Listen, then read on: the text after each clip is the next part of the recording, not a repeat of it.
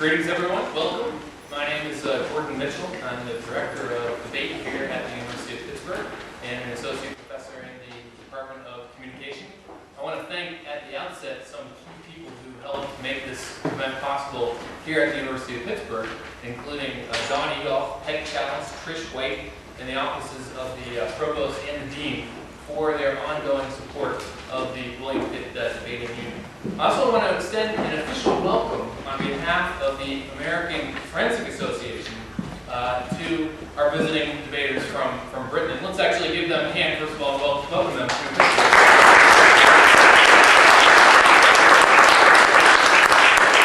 They are participating in a tour that is sponsored by the Committee on Discussion and Debate, which is an organization that is supported by the National Communication Association and the American Forensic Association. Their tour takes them to 25 different debates in 16 states, and they're 3 weeks in to their tour. The organizers of this tour began the tour by holding them for 8 straight days in Missouri. So our guests come to today's forum with some first-hand knowledge about some aspects of U.S. detention policy. Now, after Missouri, their next stop was in California, and they took a short trip across the border to Mexico, where they were serenaded by a mariachi band in close range by their table for 1.5 straight hours while eating fajitas. So they left California in this early stage of the tour with a mixed bag. They definitely picked up a wicked Arnold Schwarzenegger imitation, which I heard a small sample of last night. You may be able to coax that out of the speakers today. But also a slight touch of laryngitis.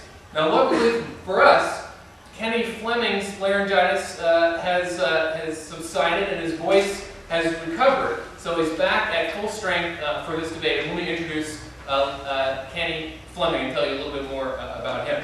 Kenny is actually seated closest to you. He recently graduated from Glasgow University, where he was a star of the Glasgow University Union, winning the Scottish National Debating Championship in his senior year. So in addition to being an actual debater for the Glasgow Union, he was also a convener of debates. And so that means it was his job to actually organize the debates and bring people together for events such as this in Glasgow. And as he was describing what some of these tours of convening the debates entailed, he was telling me that the debating hall in Glasgow is actually associated adjacent to a dance hall and a pub. And so he's used to dealing with rowdy audiences, you can imagine. And that's one of the traditions of British parliamentary style debate, is that the audience not only gets involved in questioning, but also in heckling. So feel free to make Kenny feel at home today. If you feel like you're hearing an argument that you like, that you approve of, go ahead and tap the desk. Go ahead, try it right now. Try tapping the desk. Okay, that sound is probably is music to Kenny's ears. It's the English nationality room. It's not exactly the Scottish nationality room, but it's close enough. We do have a Scottish nationality room. And I'm learning about, Glasgow. I put in a request to have a keg of beer and a rock band to come as part of the request. The nationality room authorities turned that down, though. So we ended up here in the English nationality room, which is somewhat fortuitous because this room is actually modeled after the original London House of Commons. And believe it or not, this room contains more original material that was salvaged from the original House of Commons than any other place in the world. The original building was destroyed in 1941. And so you can see the configuration here of the rows of chairs is designed to simulate the way the debating chamber is set up in the House of Commons. The story goes in the House of Commons, the rows are arrayed against each other close enough to where the opposition speakers can hear each other, but far enough away that their swords can't actually reach across the aisle to touch the opposition. And so some nice touches here in the English nationality report today. So let's give another welcome to Kenny Fleming from Glasgow.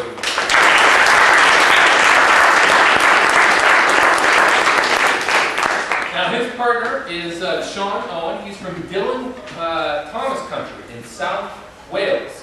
He hails from Carmarthenshire, where he was educated at a local Welsh language comprehensive school.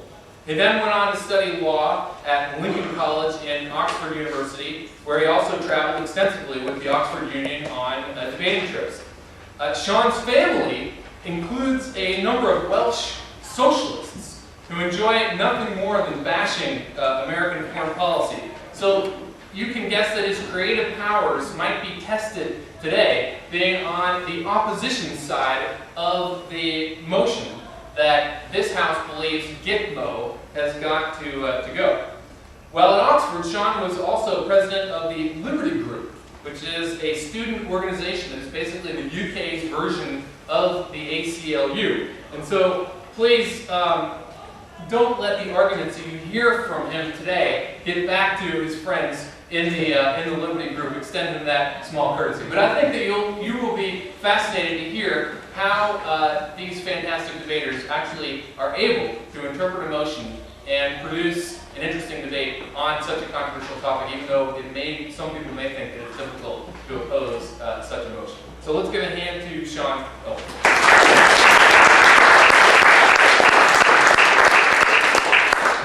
So that's the opposition side. They are going to oppose the motion, and their opponents will be the proposition side. These two good-looking gentlemen right here. First of all, closest to you is Stephen Yano.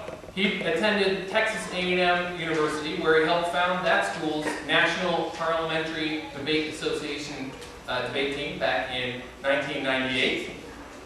Those of you who remember the 2004 presidential debates may be intrigued to know that when Steve left Texas a few years ago, he took the state's entire stock of oratorical talent with him.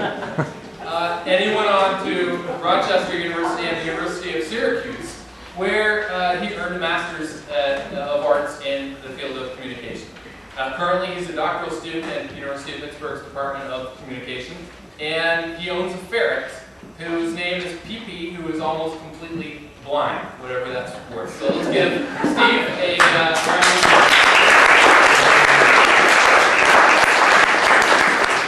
Steve's opponent, his partner here on the proposition side, again, answering the motion, defending the motion, saying, yes, this House believes that Gitmo has got to go, is Damon Pfister from the University of Pittsburgh. Damon earned his MA from the University of Pittsburgh in 2003, and he's currently completing his doctoral coursework, which features study of public argument, and particularly the blogosphere, blogs. Last year, he served as the acting director of debate at the University of Pittsburgh, and as an undergraduate debater for the University of Alabama, he reached the elimination rounds of major national tournaments, including an appearance at the semifinals of the 2000 Cross-Examination Debate Association National Tournament.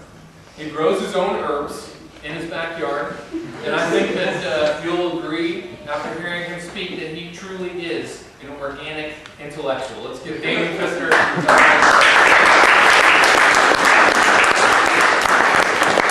So today's motion, this House believes Gitmo has got to go. You probably know that Gitmo is the U.S. military's official acronym for Guantanamo Bay, so-called Camp X-Ray, that was used to hold many so-called prisoners of war following the 9/11 inspired war on terrorism launched by the Bush administration.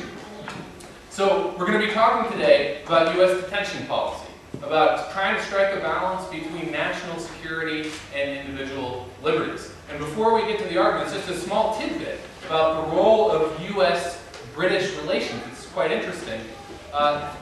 During the Revolutionary War, in 1780, there was a British Army major named John Andre who was convicted and hung by a military tribunal ordered by George Washington. And the circumstances of Major Andre's plight and subsequent execution in the United States bear on today's topic, because he was a British soldier who snuck into the United States as a spy carrying dynamite. He was planning on collaborating with Benedict Arnold, and he was not wearing an official British soldier uniform. And those facts were key to George Washington's successful case, arguing that he should be executed, and he was. And so in this country, we actually have jurisprudence stretching back to even relations between these two countries, between the U.S. and Britain, that carve out some unique kind of legal loopholes that can open the door for unique kinds of detention policies when confronted with the circumstances such as major arguments.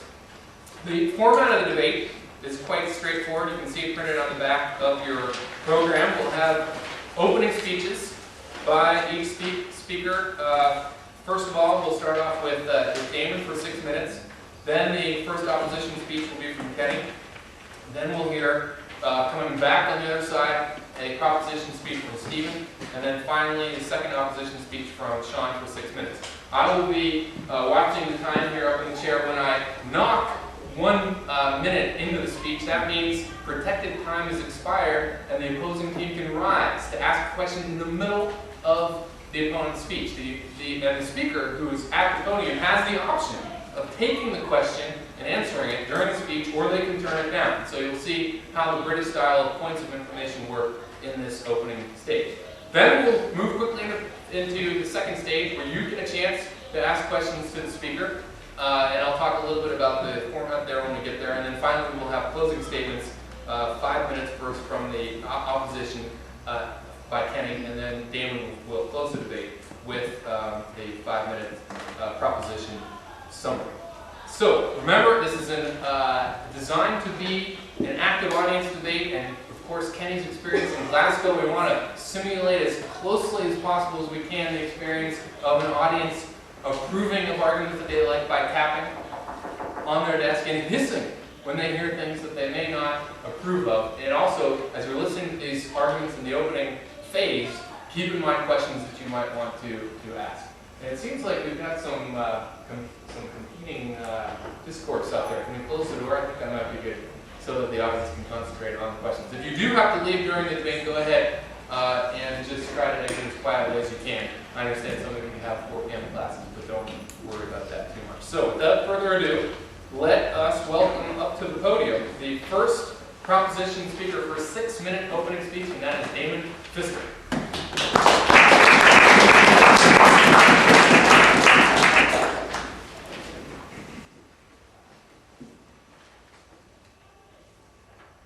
Waterboarding, stress positions, mock burials, disrespect for the Quran, use of dogs to exploit detainees' fears, simulated sexual positions, and a whole host of practices designed singularly to degrade human dignity. As if humans were sponges that if we just squeezed them hard enough, little drops of information would come out. These practices have come to define Guantanamo Bay, and Guantanamo Bay has come to define the United States. Guantanamo is more than a place, it's a state of mind. It's become a code for a whole set of practices that have been exported to places like Abu Ghraib in Iraq. And we've all seen the visual confirmation of Abu Ghraib, the man standing in a box with electrodes attached to his genitals. And we've all seen how that has undercut the perception of the United States in the world's eyes and has hurt international cooperation in the war on terror. Steve and I believe that Gitmo has got to go. That Gitmo is undermining the war on terror and is undermining the struggle against terrorism and extremism in the world. We have 2 points to support our cause. Our first point is that Guantanamo Bay and Gitmoization is not actually producing the effective intelligence that the proponents say it is. Let's remember here that people are innocent until proven guilty. And the presumption that they are guilty until proven innocent is reminiscent of the worst excesses of Stalinism and Nazism. Now, many detainees have no connection to terrorism whatsoever. In fact, hundreds of them have been released in a tacit admission by the U.S. military that they were, in fact, wrongfully detained. Why were they wrongfully detained? Well, as one example, in the Afghanistan war fought after 9/11, the United States military offered a $5,000 bounty for any Afghani who turned over a terrorist suspect. Now, you may not have been to Afghanistan, but you could probably imagine that $5,000 would get you a pretty long way. Absolutely. If so many people are being released, doesn't this mean that the system is efficient in sorting out guilty and innocent? Perhaps. But it also signals that there are a number of people that were innocent that are being caught up in this web. And the fact that they don't have much legal representation, the fact that they're not being processed through the court system, means that the system of checks and balances that we have to gauge people's innocence is being compromised. And when people are turned in simply because they're a cab driver and an Afghani, someone in the Northern Alliance who was part of our allies fighting the Taliban, they turn in a cab driver or a farmer simply because there was a battle around it. They say, oh, they're a terrorist suspect. Cash in on their $5,000 and go. Gives us the suspicion that many of these people here are innocent and not guilty. More fundamentally, though, and I think I'm going to get to this more fundamental point before I take your question, torture simply does not work. For example, in the Korean War, many US soldiers were captured and they were tortured and they confessed to crimes that they literally could not have committed. Every significant psychological study in the 20th century suggests that people end up confessing to crimes they did not commit simply to make the interrogation stop. Now imagine if I closed these doors and said that I would not let anyone out until they admitted that they had cheated on a university exam. Many of you might say, well, okay, I'll admit it, I'll take my lumps and get on with the rest of my life. Some of you may be stalwarts, though, and say, no, I will not lie just to get out, something just to expedite my departure from this room. And then Steve and I would have to be forced to take more extreme measures. Perhaps we would sing a couple of the Spice Girls' greatest hits in order to torture you into confessing. And I suspect that many of you would start confessing quickly. And if you don't think that you would confess, then you haven't heard Steve and I sing. Secondly, Guantanamo Bay and the practice of Gitmoization actually increases the risk of terror two ways. First of all, it is the most effective propaganda that Osama bin Laden and terrorist leaders have ever been handed. And it reduces international cooperation that is necessary to fighting terrorism. There is a fundamental misconception in the war on terror when George Bush stands up and says, they hate our freedom. No, they don't hate our freedom. Maybe some of them do. More fundamentally, they hate our policies. They hate the fact that the United States has put economic sanctions on Iraq in the 90s that were responsible for the death of 500,000 children because of denial of medicine. They hate the fact that Iraq gets targeted, that there's a perception that the U.S. only bombs Muslim countries. They hate the fact that the United States always sides with Israel in the Israel-Palestine conflict, that the United States supplies Israel with helicopters that say, made in the USA, that are then used to bomb Palestinian towns. But now, they have another weapon in their arsenal, another way to feed hate. They point to the images of Abu Ghraib. They point to what we don't even know is happening in Guantanamo Bay. And they say, this is confirmation that the United States is corrupt, that they have a fundamental disregard for Muslim lives, that yes, in fact, the United States is the great Satan.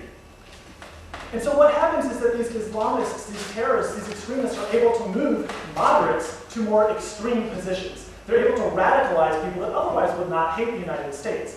And that forces, that undermines international cooperation. For example, in the Philippines, there's an Abu Sayyaf terrorist cell there. And the United States is constantly trying to cooperate with the Philippines government in order to take joint operations or have intelligence sharing in order to undermine the strength of that cell. But because the Philippines people, the constituents there, have failed to support the United States, the government feels like they can't cooperate fully. Gitmo is designed with a military exception. This idea that we will break the law if it's militarily necessary to do so. And once we start carving out exceptions like this, then we're eroding the accountability, we're eroding the line between democracy and fascism, and that is why Gitmo has got to go.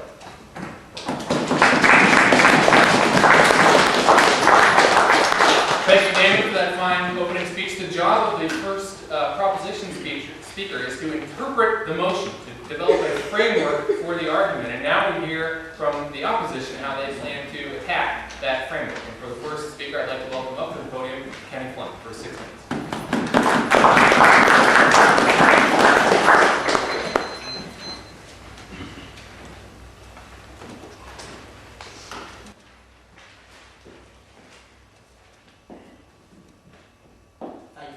Chairperson, thank you very much, ladies and gentlemen, for coming along. I'm sure after the length of Dorothy's introduction somewhat, we've all got an insight into what it must feel like to be detained. Only kidding, we can shoot exceedingly well since we've come here to to Pittsburgh. Indeed, thank you very much for the introduction. He said, here's the guy who's closest to your left. He could have just said, there's the guy who's dressed a bit like a pimp. I'll be honest, this was the only clean shot I had and I forgot my tie, but there you go. You know, don't try and make me feel too much at home, because at Glasgow debates quite often I find myself having pints of beer thrown at me, or even being vomited at a great height. And as much as I'm sure your hospitality is good, please don't, you know. I know actually, you know, we'll be surprised by a lot of things who've come to Pittsburgh, because I'll be honest, Pittsburgh, it doesn't have the most glamorous reputation on a global scale. I mean, you know, it's the steel-making city. Again, doesn't sound like the French Riviera, you know. It seems to have been named after one of the most sweaty orifices of the body. But truly, we've been really pleasantly surprised to see actually what a beautiful city Pittsburgh actually is. And it's good that I could say this in my speech and not lie, because I come out with this same spiel in like Kirksville, Missouri. Yes, Kirksville, Missouri is very interesting, with its farm and its Walmart, and it's got a Walgreens as well. It's like the centre of international tourism. But no, this is genuinely very, very nice. But anyway, on to the serious stuff of the debate. And what's presented to you is what we're going to do elegantly is, firstly, Sean and I are not going to stand up here today and defend the torture that happens at Guantanamo Bay.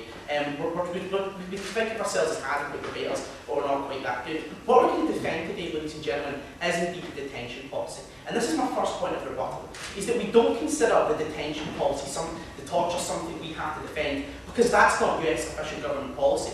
Now, of course it's happening, and that's not good, and it's not justifiable, but that's not coming as a directive from the high sources of the Pentagon, from the Secretary of Defence. So as such, I'm not going to defend that. What we think should happen is, you should change the policy, you should improve the practices at Guantanamo Bay, and we do understand there's a distinction between the two. But furthermore, about one of this point he also brought, he said that hundreds of people have been released. Well, firstly, as Sean told you, this shows that there is a degree of sifting through the individuals at Guantanamo Bay. To an extent, British prisoners have recently been shown away. But what we've also seen from Guantanamo Bay is that of those individuals that have been released, 4 have already been recaptured in the war on terrorism. So this actually shows the point that as much as you can adopt a liberal position, you may in fact be compromising the security of the United States. And if we've already found 4 who have already entered ranks and have been recaptured, what's happened to the rest of these citizens that we haven't recaptured is my question. And what we understand is that in this debate today, this is a debate of competing claims. I'll take you just a minute, sir. There's the competing claim of, you know, the right to representation or the rights of those in Guantanamo Bay. But what we think is another competing claim, and what we think wins in this debate, is the right of the United States to protect its citizens. Because firstly, that is the ultimate obligation of the United States government in relation to its citizens. And firstly, as I'm going to talk about and Sean will expand on, because he knows the law a little bit better than I do, and probably he's cleverer than I am, these individuals are illegal combatants, and as such don't have access to a sphere of rights that we, the ordinary citizens or ordinary people, don't do. But finally, I'll take one of the information. Sure. There's a lot of stuff you talked about there, but 4 people rejoining the war on terror, couldn't their motive be torture even though they were innocent and not against the United States? Sorry, I messed up. Well, couldn't their motive be joining up with terror because they were tortured? Well, firstly, so what we've seen is that from the independents is that since they've been recaptured, Mr. Speaker, sir, we know that these individuals are in fact part of the system. You can't get back to Afghanistan and simply be snapped up at a command level of terrorism just like that. That takes time, so it's not happening. The very recapture itself signifies that it was right that they were in Guantanamo Bay in the first place. And secondly, ladies and gentlemen, again, we have to balance this question of competing claims. If these people are being active terrorists, again, that's not what the United States government should be doing. But I'm also going to come to this about recruitment policies, ladies and gentlemen. Well, this is just simply wrong, ladies and gentlemen. Firstly, on a practical level, ladies and gentlemen, Al-Qaeda, the single most important piece of development in international relations at the moment, is the war in Iraq, ladies and gentlemen. That's how they're recruiting troops, ladies and gentlemen. And singling out, Guantanamo Bay as some sort of recruitment drive tool is absolutely facetious to do so. If you're genuinely interested in the United States government and trying to shut down this recruitment drive argument, then A, maybe you should have gone to Iraq in the first place, or B, you should get out of time. But trying to suggest that that's the recruitment issue debate here just simply isn't true. And secondly, what's the other basis for recruitment? Ladies and gentlemen, this isn't why they're recruiting. This simply isn't about the policies of the United States. This is a war of ideology, ladies and gentlemen. They do dislike your freedoms, ladies and gentlemen. That's the reason that they've bombed the UK. It's also the reason that they've bombed Spain. It is very easy to see what the ultimate aim of Al-Qaeda is. They want to establish a new Islamic caliphate, ladies and gentlemen. That's what they want to do. They want to see a new empire of Islamic law, ladies and gentlemen. And simply pulling out of the Middle East and disengaging here, ladies and gentlemen. On one level, ladies and gentlemen, you might think that's the best thing to do with resources. But secondly, to argue that that's the basis, for active disengagement, ladies and gentlemen, just isn't true. That's not why they're attacking us. That's the purpose of Al-Qaeda. But more second, ladies and gentlemen, what I do want, and this is just to come to the end of my speech, what I want the second individual to address is he's not told us what they wanted to replace it with. Are they actually shutting down Guantanamo Bay as a facility, ladies and gentlemen? Okay, alright, like, if so, where in fact are these individuals going to? If so, ladies and gentlemen, where are these individuals going to go, ladies and gentlemen? Because that's a big question, because you can only criticise the status quo if you think for these individuals you have somewhere else to put them. And is this in fact going to compromise the ultimate security and protection of the United States citizens, which is what Sean and I are going to defend later in this debate, ladies and gentlemen. I hope you enjoyed the debate, and thank you all very much for coming along.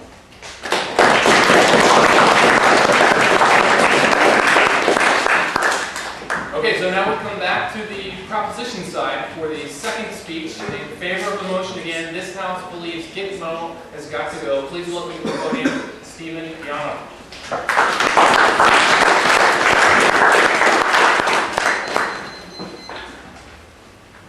Welcome, ladies and gentlemen. I hope you're enjoying the debate so far. I, unfortunately, am not as eloquent as Damon, and not as funny as Kenny,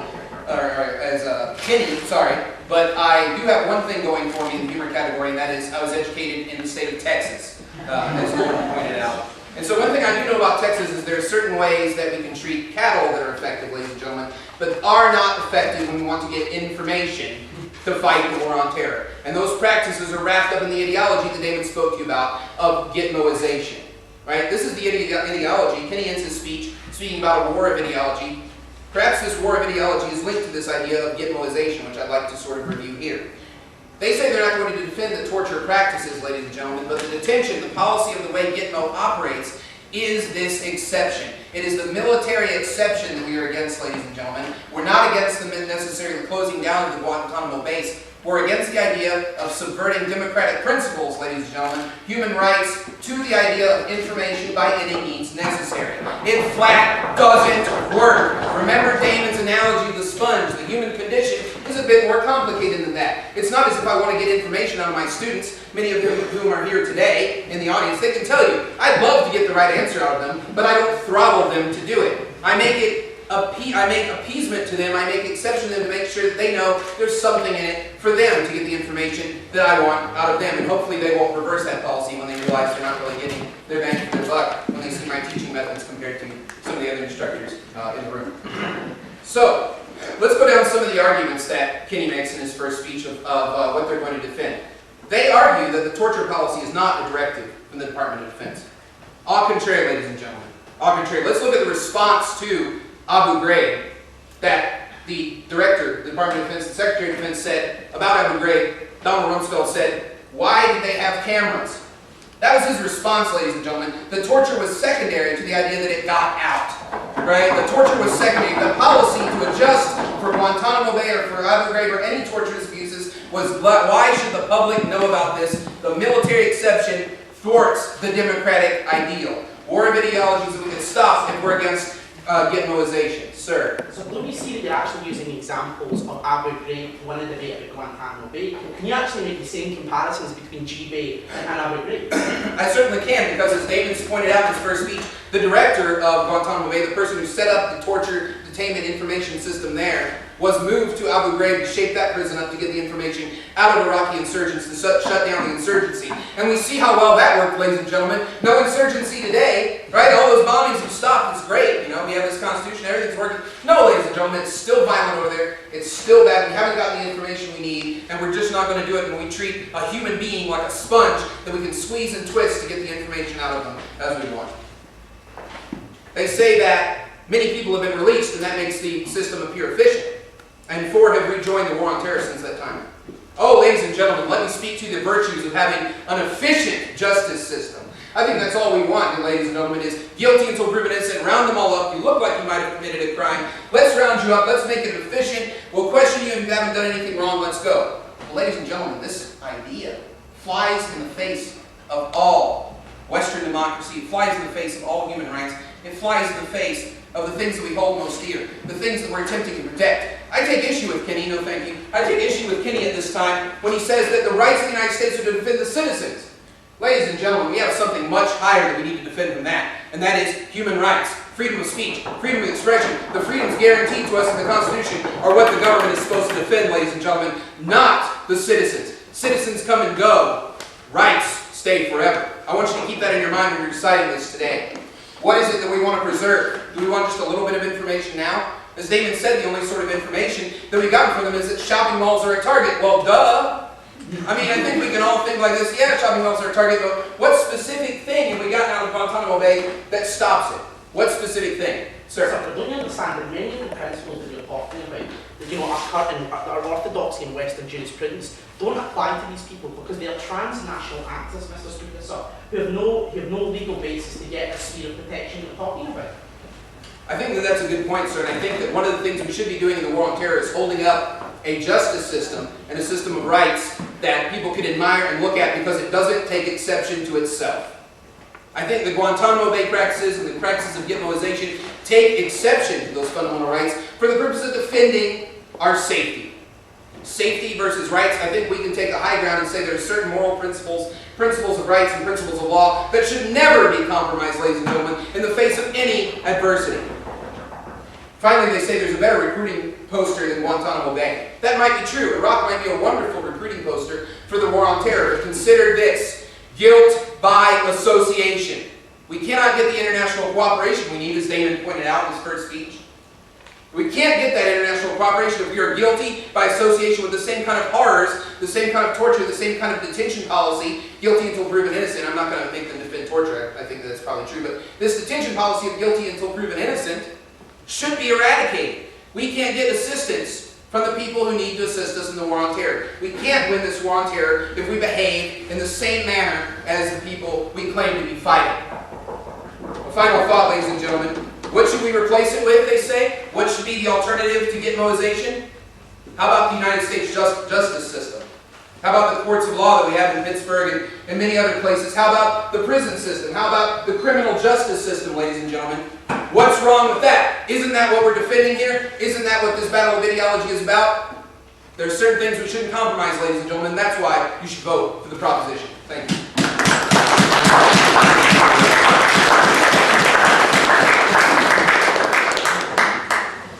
Thank you very much for that speech, Stephen. And now for the second opposition speech, please welcome up to the podium, Sean.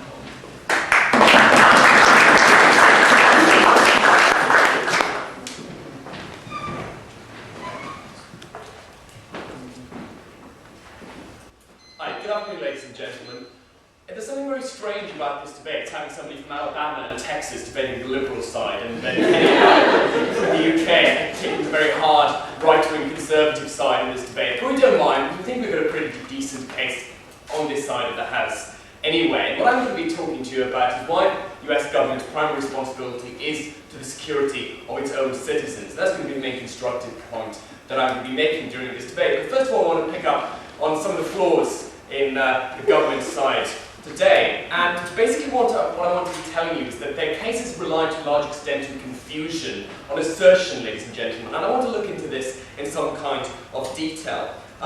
Because what we've been told are things like people are not guilty in Guantanamo Bay. That is obviously not true. Let me give you an example of how that's not true. For example, one suspect who was recently held in Guantanamo Bay was recently released to the Spanish government. He was put on trial in connection with the Madrid bombings in an open Spanish court and was subsequently convicted of terrorist activities. So even if it's not the US system that's actually trying people who have been involved in Guantanamo Bay, and held in Guantanamo Bay, then there does seem to be a degree of guilt coming out here. Also, they've tried telling us, well, that loads of people have been released, and this obviously shows that it's not working. Well, I've got two things to say to that. First of all, we've told you, obviously if people are being released, then they're not necessarily holding innocent people there. And in the second place, well, any legal system is going to make mistakes. That's an unavoidable fact of any criminal system in the world. You can't have a criminal system which doesn't make mistakes, which doesn't prosecute the wrong people sometimes, but what we obviously want is that it doesn't do that always. So pointing out a few individual mistakes doesn't necessarily show that the system in place in Guantanamo Bay is necessarily horribly wrong, ladies and gentlemen. And they've tried telling us time after time again, well, you know, torture is bad. And Kenny and I kind of agree with this idea. We think that, yeah, it's probably a good thing to say that torture is bad, ladies and gentlemen. But what we've tried telling you time and time again is that this isn't official US policy. The only example that they've given us from this side of the house to try and tell you that it is to say that, well, Donald Rumsfeld once stood up and said that having cameras there was a bad thing. And I agree with him. Having cameras in a high security facility where there's lots and lots of sensitive information bobbing around isn't a bad thing. In fact, I'd say it's far to do with this security issue than anything to do with torture, that his position on this is totally reasonable. So they haven't told us, haven't proven to us on this side of the house that torture is actually an inherent part of US policy with regards to Guantanamo Bay. So basically what we're arguing, or we're debating here, is whether or not we should have this detention facility where people aren't necessarily treated and presented with the same degree of rights as they would be were they to be treated within the US domestic sphere. And we on this side of the house think that it's right to make this distinction between, on the one hand, treating US citizens within the domestic US legal system, and on the other hand, treating enemy combatants in a separate situation who aren't US citizens and treating them differently. We think that's right because we think the US government owes its primary duty to its citizens. Would you agree with that? Perhaps there are some differences between US citizens and enemy combatants, but do those differences really justify a violation of fundamental human rights? We haven't necessarily proven yet that there has been a fundamental violation of their human rights here. And even if they haven't got the same protection of human rights that US citizens have, well, simply we think that's the right thing, that's the right situation, ladies and gentlemen. Because we do think that the government owes its greatest duty to its citizens, because simply there's a reciprocal agreement in place between the one hand the government and on the other hand its citizens. Citizens contribute taxes, citizens agree to abide to laws, often citizens of the state will take some kind of pledge. Other people from other countries simply don't have this kind of reciprocal agreement between citizen and state, and therefore they don't have the right to have the same range of rights protections that do citizens of the United States. And it's clear that many, and probably most, in fact, of the people in Guantanamo Bay are foreign citizens. In fact, I think all of them are foreign citizens in Guantanamo Bay. So what we've got here is a situation whereby the US is making this distinction on the basis of nationality. And we think that's right, and that there can be certain security benefits coming about as a result of the US policy.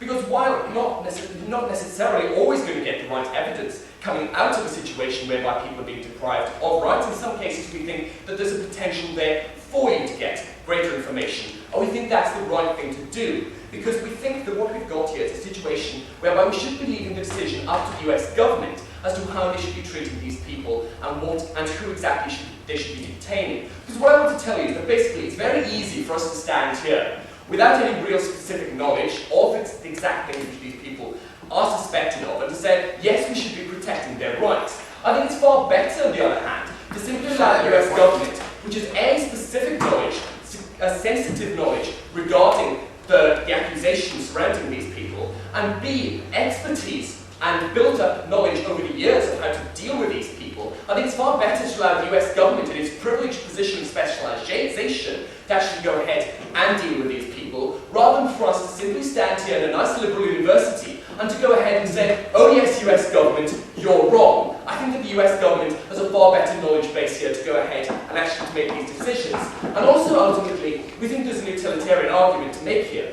We think that when you've got a decision to be made, which involves A, on one hand, the protection of US citizens at large, on the B, the other hand, the deprivation of the rights of a handful of individuals who aren't US citizens, then we think that the US government should in fact be going ahead and giving greater weight to the protection of its citizens. A, because of obviously the greater number of them, and B, because of the greater this reciprocal arrangement between citizens and the US government, which I've already pointed out to you. So we think that definitely here the US government should be emphasising the security of its citizens. And we do think that it can actually go ahead and do this effectively. And we don't think, on the other hand as well, that the US is actually this great bastion of rights the proposition of trying to make it out to be, because the US hasn't got, I'm sorry to tell you, the best reputation when it comes to rights, to upholding rights in the international legal sphere. For example, the US constantly receives criticism from Amnesty International, such as things coming from Texas, they should probably have some kind of idea of this, such as the death penalty and overuse of the death penalty, ladies and gentlemen. So we think that for the US to actually go ahead and not present all of the rights which everybody in the international sphere necessarily wants to be upheld is not that bad anyway, because it doesn't even do this within its domestic legal sphere, ladies and gentlemen. So basically what we're telling you on this side of the house is that if you think that the US should be prioritizing its own citizens over foreign nationals, and that it should be prioritizing the security of its foreign nationals, then we ask you to side with the opposition. Thank you.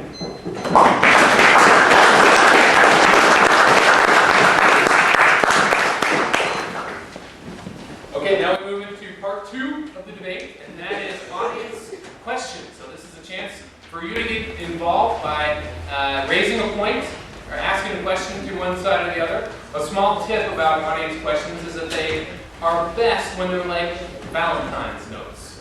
And that is short, sweet, and preferably directed to someone. So if you have a question, say whether it's going to the opposition side or the proposition side, if you have a question, raise your hand. I will recognize you, and then please stand up and state your question loudly for everyone to hear, and then we'll give the speakers a chance to answer your question. So the floor is now open for questions. Not everyone at once. Yes, in the back, sir. To the proposition side, are you aware that the United States and the French government have coordinated counterintelligence efforts in Paris? This has been released in the press. And if you are not aware of that, what do you think that might do to the stated fact that there is no cooperation between counterintelligence? Yeah. Well, it is sort of interesting whenever the United States and France actually cooperate on something these days. But that's only one instance of where there's some cooperation. And in fact, a number of our fine European critics oftentimes are criticizing the United States for Guantanamo, and they're investing a number of resources actually in investigating allegations of American abuse. This represents a diversion of resources that could otherwise be dedicated to breaking up terror plots. Let me suggest, though, France is not the key ally in the war on terror. It's countries like the Philippines or Indonesia, but some of the Southeast Asian countries that I mentioned in my speech, that are the key allies. And their populations are continually being radicalized because they see what the United States is doing. They see how the United States doesn't value Muslim lives. And it then makes it very difficult for the government of those democratically elected countries to support the United States because they'll just get voted out of office. Thank you for your question. Another question. Yes, sir, in front. This is for the opposition. You made 2 points. One, that the United States isn't very good in general at upholding rights, and that there is some kind of a contract between U.S. citizens and the government. Is there some standard of human rights that should be set rather than just a national standard of human rights? And if you could maybe address the two seemingly inconsistent positions.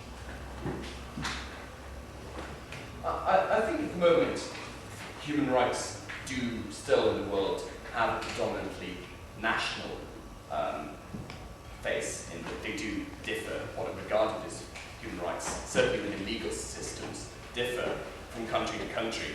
Whether we should actually go ahead and get a more coordinated, more similar form of international human rights protection, and we already have forms of international human rights protection. The problem with them at the moment is that they're generally just not abided to in all countries. I think if we wanted, that they might be a good thing in many respects if we could actually go ahead and get greater unity in terms of human rights protection. But at the moment, that isn't the case. Another question. Yes, ma'am, in the very back. Yes. Now that Guantanamo Bay has almost become a big brother scenario here in the United States, the government can use the same detention policies here on their own citizens. So does that really make us safer? I'm not sure if that's actually the case, that the US government is actually using the same policies on its own citizens within the US domestic system at the moment. As far as I know, the big distinction is that they're classified as being enemy combatants, and that this is if you want, this is the ground that the US is using for exploiting these people, but it's the current legal distinction that's being made. I mean, it's a very messy situation legally, because you do have a situation whereby the international legal system has been directed towards dealing with people from separate countries, whereas with the growth of organized terrorist groups, a significant growth of organized terrorist groups, the legal system doesn't really match up with that. So I can sympathize with the US government to some extent and the difficulties that they obviously face in doing this, in actually classifying people. The big question then is what actually should be the consequences of this classification. I see the proposition side. Would like a quick reply. Sean suggested that this was a messy situation. I think that may qualify for the understatement of the century. This designation of enemy combatants is a new legal terminology, one that sort of carves out an exception where law does not exist. And this is what I think your question is really driving at, is once we start carving out these exceptions and we say, oh no, the law doesn't apply to these people don't have human rights, these people we can torture, these people, but then we start to justify the mistreatment of our own citizens. Where do you start saying, no, we can torture, we can detain up to this point, but not after. There's no way to clearly draw lines. Another question. Yes, ma'am. This is directed to the opposition. You argue that the torture policy of the United States is not a directive of our government. We have in this country a legal tenet that provides that if one knew or should have known that something is going on, then one can in fact be held liable for the wrong. So it's obvious that one does know or should have known. So I'd like you to respond to that, please. I don't think that tenet necessarily justifies torture, though, and therefore that wouldn't provide a mechanism for putting torture in place within the US legal system. As far as I'm aware, that would still leave the US legal system in opposition to torture. I don't think the two things are mutually exclusive. I mean, just even if someone was, by their non-compliance and by their apathy, culpable for the policies at Guantanamo Bay, then surely they could still be tried under that tenet of the US legal system by their non-action. There's a difference between direct action and non-action, and surely the non-action, if they were guilty of non-action, they could surely be held accountable under the status quo. Another question. Yes, sir. I have a two-part question directed at the opposition. First is that you've done an admirable job of constructing a defense of detention policy in principle, but as far as I can tell, you are lacking any specific evidence in this particular case that the detentions at Guantanamo Bay help our national security at all, other than the mention of 4 people that got rearrested. The second part is you've also made much of this claim that once people are released, and they're released by the hundreds, that proves the system works. But it seems to me that you're callously ignoring the fact that even the people that are released are detained for months at a time in a foreign country, in a military base, and subjected to all sorts of interrogation and deprivation of basic human rights. I think the issue with regards to the success, that probably we're not going to know very much of the evidence that has actually been brought about, given that by its very nature it's highly sensitive. So that's something which is outside the sphere of debate. That's something I think we're going to have to assume does happen. I don't think there's any stronger argument than that can be made. And I think that's something which we can give to the United States government as the benefit of the doubt in this case. Because as I emphasised, the knowledge, the expertise regarding the circumstances of the individuals who have been here, the fact that they're only holding a handful, the fact that they've released people, I think this all points to, and the fact that they're probably only dealing with guilty or people who are likely to be guilty here, and the fact, of course, that when tried abroad, that people from Guantanamo Bay have indeed been found to be guilty. That's happened in Spanish courts, and therefore I think that it's not necessarily a case where you've got people here who are being held for no value whatsoever. And I think that the fact that people have been held there for some time, if they're not guilty, well, that's unfortunate. But I think that's a risk that we should be taking given the present need for security measures. Another question. Let's see, let's get someone else who hasn't asked a question yet. Yes, sir. I guess this is for the opposition too. Since these combatants are not protected by the United States laws, don't you think they should be protected by some conventions of international law, rather than being put in this limbo where the president's lawyers tell them the Geneva Convention really are just suggestions, and that they redefine torture? Aren't there conventions of warfare that should pertain here? Well, the Geneva Conventions would be the obvious ones to apply, but the issue, of course, is that you're not dealing with people here who are from foreign states.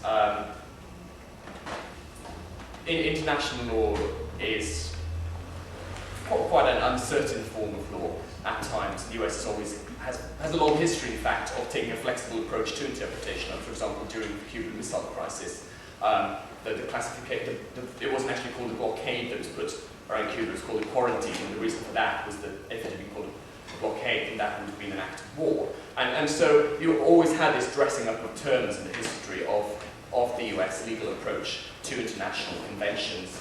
I think there's a weakness here at the moment in that probably in the formulation of the international conventions, Geneva Conventions in particular, which should apply to people who've been captured in foreign soil in situations of war. Well, at the moment they do only apply to soldiers of foreign states, and that's not the case with these people. So there's a loophole here which needs to be redressed. I think the US faces a situation which is legally an awkward situation, and I think given this loophole, I think the US has a lot of flexibility in terms of what it can actually do with these people at the moment legally. So I don't think it's necessarily the case that the US is legally in the wrong at the moment in the way that it's actually treating these people. Whether it might be in the wrong for other reasons, well, that's another question, but legally I think it might have some solid ground. Another question. Yes, sir, in the very back. For the proposition, could you speak a little bit about the notion that it might be better if we had Gitmo, or Gitmo-like place on American soil instead of in a foreign land? I think that the question sort of speaks to the point of the ideology that we were talking about, and then do we want an ideology of guilty until proven innocent? Do we want an ideology of let's detain them, there's some guilty parties here, let's bring them out, and then have the system fail and then say, oh, we caught 4 of them again, so obviously they're guilty people there. I mean, do we want that sort of a system of Big Brother style, I think someone was mentioning, or a more dictatorial style of justice? Or do we want to take the opportunity to have something a bit more on the higher ground, or a bit more on a higher level? I'm not sure what it would look like, but I think that this is a key opportunity. Right? And we've already sort of missed a key opportunity in the war on terror with our responses to 9/11, in a sense. It's kind of outside of the debate. But I think this is another key opportunity for the United States to sort of stand up and show the world what it is that we were fighting for. A sense of justice, perhaps worth fighting for, right? He said, Sean says there's a legal loophole. I agree with him. There's a big legal loophole here. But the question is, do we exploit that loophole, or do we use the loophole as a place to take a stand for something that might be a little bit better than what we have internationally now? Next question. Yes, ma'am, in the back. To the opposition, you have said many times that the U.S. does not have a legal representation to use, but the U.S. is also using the concept of detaining people who are, in any reason, suspected of possible activity made. And they have that here, and people, with all of us who are protected by U.S. laws and our Constitution, they can detain us under the Homeland Security Act. They can detain any one of us just for walking out that door right now, and for me saying what I'm saying now. They could detain me, take me off, and no one will see me for a month. And they don't have to tell me why, they don't have to tell anyone why. Does that mean that we are, since that policy is going out of Guantanamo Bay and into the United States, how can this ever be a good situation? I don't think Guantanamo Bay is the necessary cause of any other losses of civil liberties. I think the cause would be a general desire to increase security and for government to have greater powers to increase security. That desire is, of course, both Guantanamo Bay and any loss of civil liberties in the United States. I think they're separate issues, really. The United States government is treating them as separate issues. It's got the domestic sphere, then it's got this Guantanamo Bay approach, it's separate from the domestic sphere. I think that it's possible for anyone to say that there might be damaging consequences of the loss of liberties in both places, but at the same time, I think we should be treating them separately. So while Kenny and I are arguing in favour of the policy in Guantanamo Bay, that doesn't necessarily mean at the same time we were arguing in favour of things like the Patriot Act in the US. Next question. Yes, sir? The proposition again, in case you have a quote on how many answers it does, you must give. What do you propose to offer instead of these sorts of techniques that are being used now in the war against terrorism, when those who fight for the destruction of the United States are not abiding by Geneva Conventions and are using asymmetrical warfare to attack private and innocent citizens? I think that's a good question. I think a lot of times the way this debate gets constructed and played out is that if you critique Guantanamo Bay, if you reject Guantanamo Bay's practices, well, what's the alternative to that? You must want them to just be set free and run around and stuff. You know, obviously that is a false dilemma.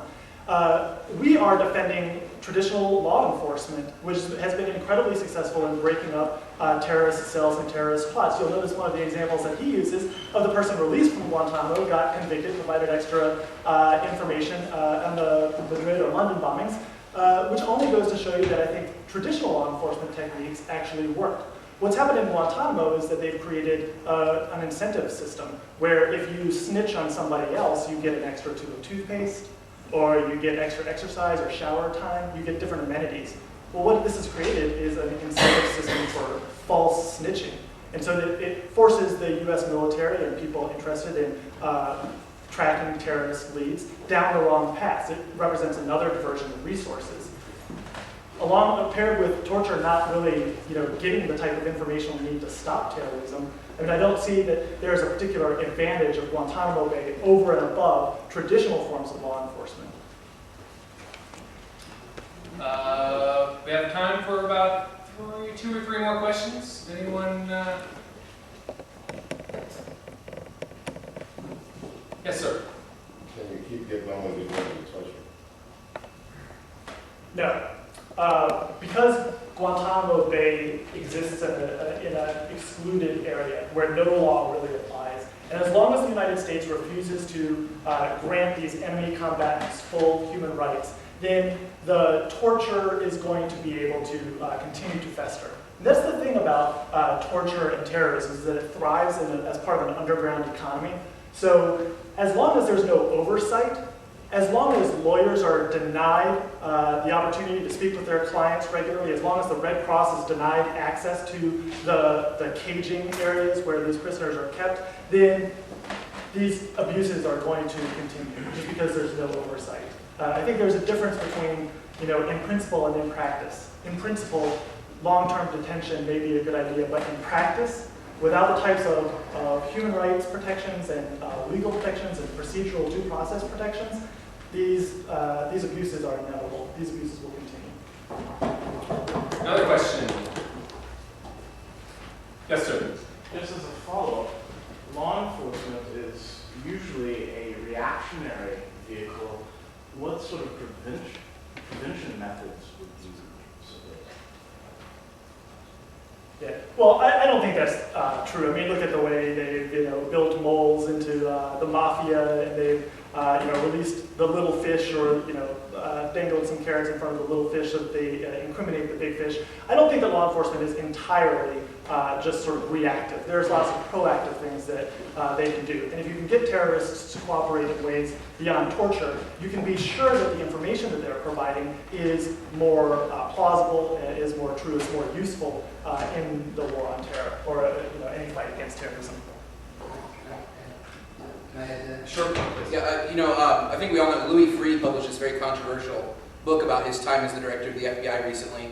And in that book, he sort of outlines some of the just basic FBI police work that captured a lot of terrorists and a lot of suspected terrorists. Like, he was sort of trying to operate. In that book, he sort of argues, I mean, it's debatable, like all good things are, but he argues that a lot of good old-fashioned FBI police work captured a lot of people who were attempting to do terrorist attacks or had unofficially declared war against the United States. And then if you look to the 9/11 Commission report, Janet Reno testified that under her tenure as the director of the FBI, or as the Attorney General, she wasn't the director of the FBI, but as the Attorney General, that her meetings with Clinton, they'd stopped between 8 and 11 9/11 style attacks that were planned for the year 2000, just with old-fashioned police work. So I think the burden is on people who would support detainment in Guantanamo to say that this exception is actually necessary in the conditions that we face. And I think it's a difficult argument to make.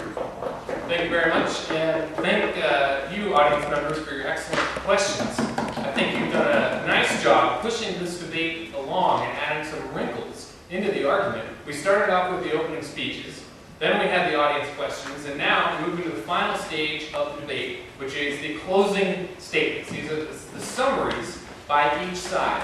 And these are speeches that are 5 minutes in length with no interruption from questions by the opposition. So you'll get to hear a 5-minute speech from each side. First starting with the opposition side, and that's Kenny Fleming. So let's welcome Kenny Fleming back into the audience.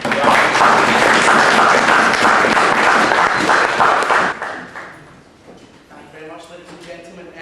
Just on your point about Texas humour, remember often when people are from Texas are doing public speaking, we're not laughing with them, we're often laughing at them. Thankfully today wasn't that case. So anyway, first thing is going to go quick. What I'm going to talk about mostly in this summary is classification of detainees, because that's what the debate is focused on mostly. And then just a couple of quick points in practicality. Let's just remember that these people were not arbitrarily grabbed, right? They didn't have some sort of fishing trawler just waving around Afghanistan trying to see who they were. There were procedures within the US military where military intelligence had to provide adequate intelligence, adequate evidence to US command and control procedures that these people could be taken to Guantanamo Bay. And that did happen, and we have to remember that. Furthermore, he also told us this thing about torture and Gitmo, and he said, well, no, actually, torture must exist in Guantanamo Bay. I think if you follow that to a logical conclusion, what he's really saying is that in any US military facility, law doesn't exist. In any US military facility, order can't exist. And I find that an absolutely gross, firstly a gross exaggeration, and secondly an indictment of the US military that isn't justified in this debate nor in any other debates. But more importantly, onto this idea of how do we classify detainees.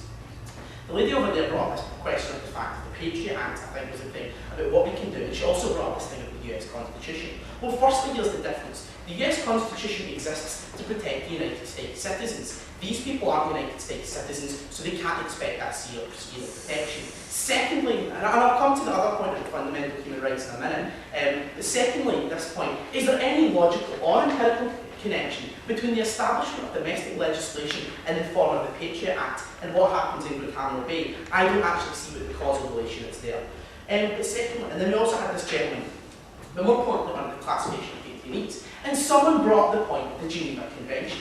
Well, let's be very clear about these individuals. They're not subject to the protection of the Geneva Convention. Firstly, because they were performing their actions. They're not soldiers. They weren't wearing uniforms like normal soldiers do, ladies and gentlemen. And secondly, they target civilians, ladies and gentlemen, like soldiers don't, ladies and gentlemen. So they were arguing in non-military activity. As such, they are not subject to the protection that prisoners of war get. And we have to establish that. That's clear. That's clear from my understanding of the situation. And secondly, we have to understand there are also laws, ladies and gentlemen, that apply to the United States to foreign nationals, ladies and gentlemen. Why do they also not fall into this? Because these individuals are not direct foreign nationals in their conventional thinkings. They are actors of a body in the form of Al-Qaeda, ladies and gentlemen. Al-Qaeda and its members have voluntarily and knowingly made themselves transnational actors on behalf of an ideology. Can you tell me, ladies and gentlemen, which statute of international law exists to protect the fundamental human rights of extremists who are acting on a transnational scale? That law doesn't exist, ladies and gentlemen. And why doesn't it exist, ladies and gentlemen? Because human rights exist in a reciprocal relationship between some national body and some citizen, ladies and gentlemen. And as such, there is no national question here, ladies and gentlemen. And I'm all for universal human rights, ladies and gentlemen, people. But I don't actually see where they apply, ladies and gentlemen, or in this. Or to make this a bit more sophisticated, because I think this guy over here looks as if he's about to cry over what I'm saying, is that we cannot simply draw logical conclusions from our normal understanding to these people's human rights. These people are terrorists, and they are terrorists on an ideological scale. They represent ideologies, not nations, and they represent, indeed, ladies and gentlemen, they represent ideologies, ladies and gentlemen. They don't represent nations, ladies and gentlemen. They were acting as terrorists. They weren't acting as soldiers, ladies and gentlemen. And we come to this other point, which is that people, again, have been captured.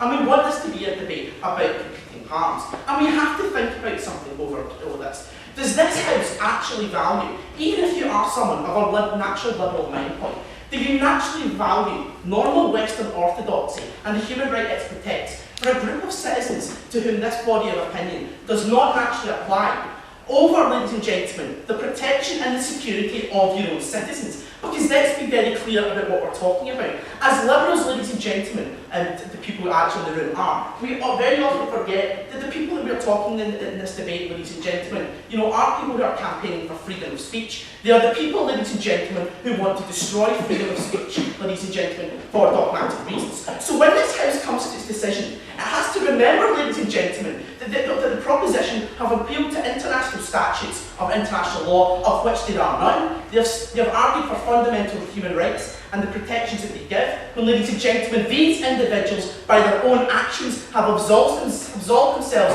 of the protections of human rights as we know and understand them, ladies and gentlemen. And yet again, remember exactly who we're talking about in this debate, ladies and gentlemen. We are talking about the cold-blooded, ladies and gentlemen, the cold-blooded people who use violence and who use terror to destroy our way of life, ladies and gentlemen, and that the people in that room are very likely extremists, and as such, Guantanamo should continue its arbitrary detainment policy. For all of these reasons, thank you all very much for coming on.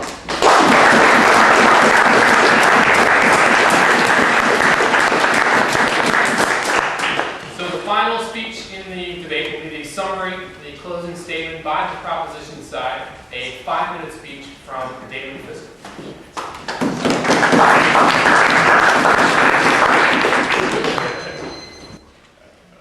Thank you. I'd like to thank our friends for flying all the way from Missouri and Chicago and to Gordon for setting up and organizing this public debate. Definitely a service to the university. I will remind the House, though, that legality does not equal morality.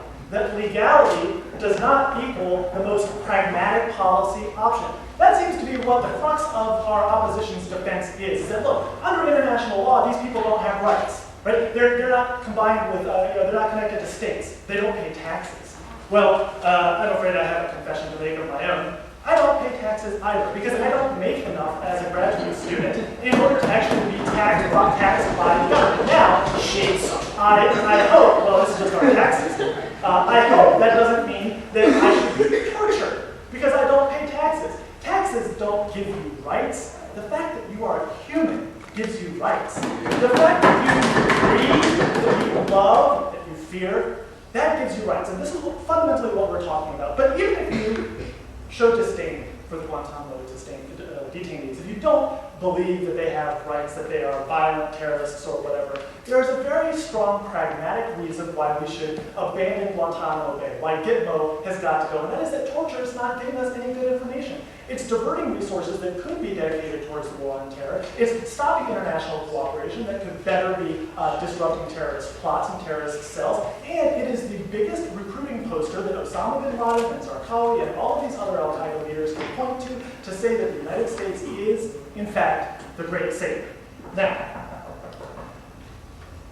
I think that you will agree with me that these legal loopholes in the Geneva Conventions or in international law are justified taking an ethical stand. This is where we, as an audience, can oppose Guantanamo Bay. And they have quibbled a little bit around the corners, saying, oh, well, they're enemy combatants. Oh, well, this isn't official policy. No, this is official policy. General Jeffrey Miller was sent to Guantanamo Bay to extract information from Afghanis.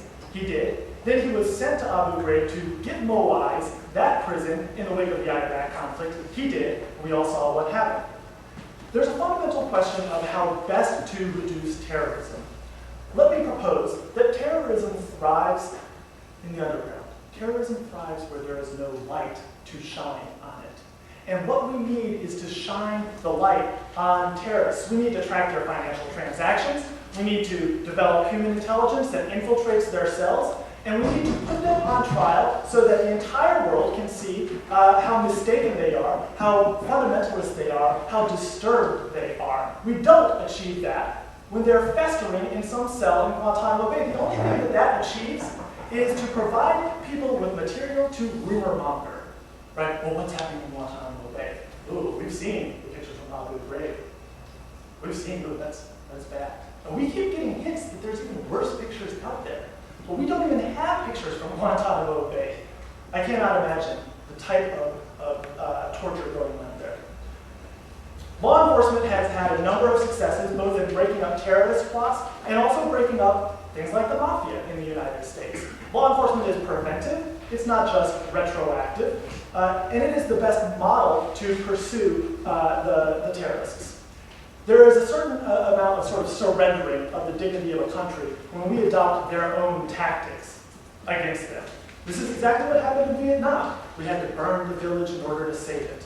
It is needless to say that a burnt village needs no saving. And the question we have to start asking ourselves is what kinds of metaphorical and non-metaphorical villages are we burning with our detention policy? With our detention policy where no light can shine, where the absence of procedural protections increases the mistakes that are made, the innocents that are caught up.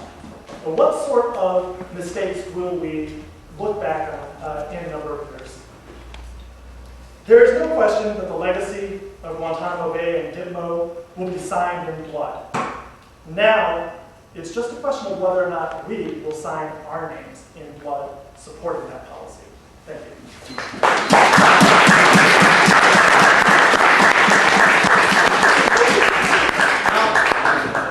Normally, just to finish up, normally in parliamentary debate there's a vote that is held, a so-called division of the House. I'm going to exercise my chairperson's discretion and defer that to try to prevent the possibility that it seems like the opposition side may have perhaps won this debate, but I would not want Sean's colleagues in the Liberty Group to find out that result. So I'm going to cancel the division of the House and instead ask you to reflect on the arguments that you've heard, judge them in your own mind, and think about them as you attend your classes and reflect on the debate process and the issues that have been raised here and trying to strike this careful balance between national security in the age that we're living in with individual liberties. And so please join me in thanking our visitors and also all four debaters for an excellent